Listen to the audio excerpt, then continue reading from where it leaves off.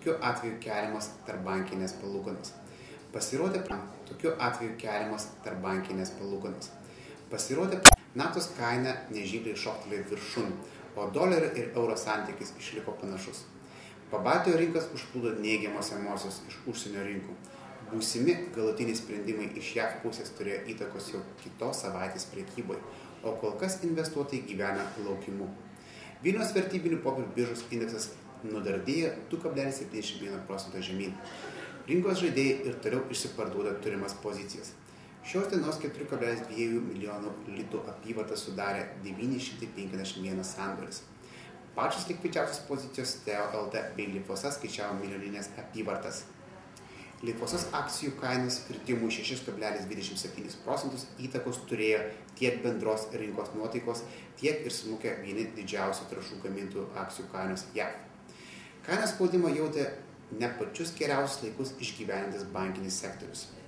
Kiek didesnė apyvarta pasižymėjo 1,56 litų atpigusios ūkio banko akcijos.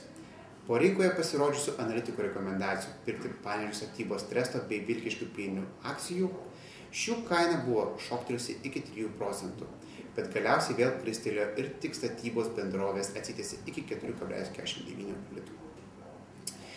Rygos vertybinių popierių biržos indeksas rodė mažiausią kritimą 0,72%, sudaryti 144 sandoriai, kurių apyvarta buvo 27 000 Latvijos latų.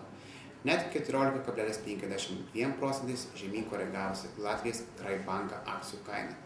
Talino vertybinių popierių biržos indeksas smuko labiausiai 4,20%. Net 3,2 milijonų litų apyvartą sudarė prekyba Olympic Entertainment Group akcijomis. Investuotojai masiškai puolė išsiparduoti šią poziciją, taip nustumdami kainą iki 1,47 eurų ribos. Vos viena pozicija kilusi ir 17 kritusių sudarė beveik 5 milijonų eurų apyvartą. Tiek trumpai, viso geriausio.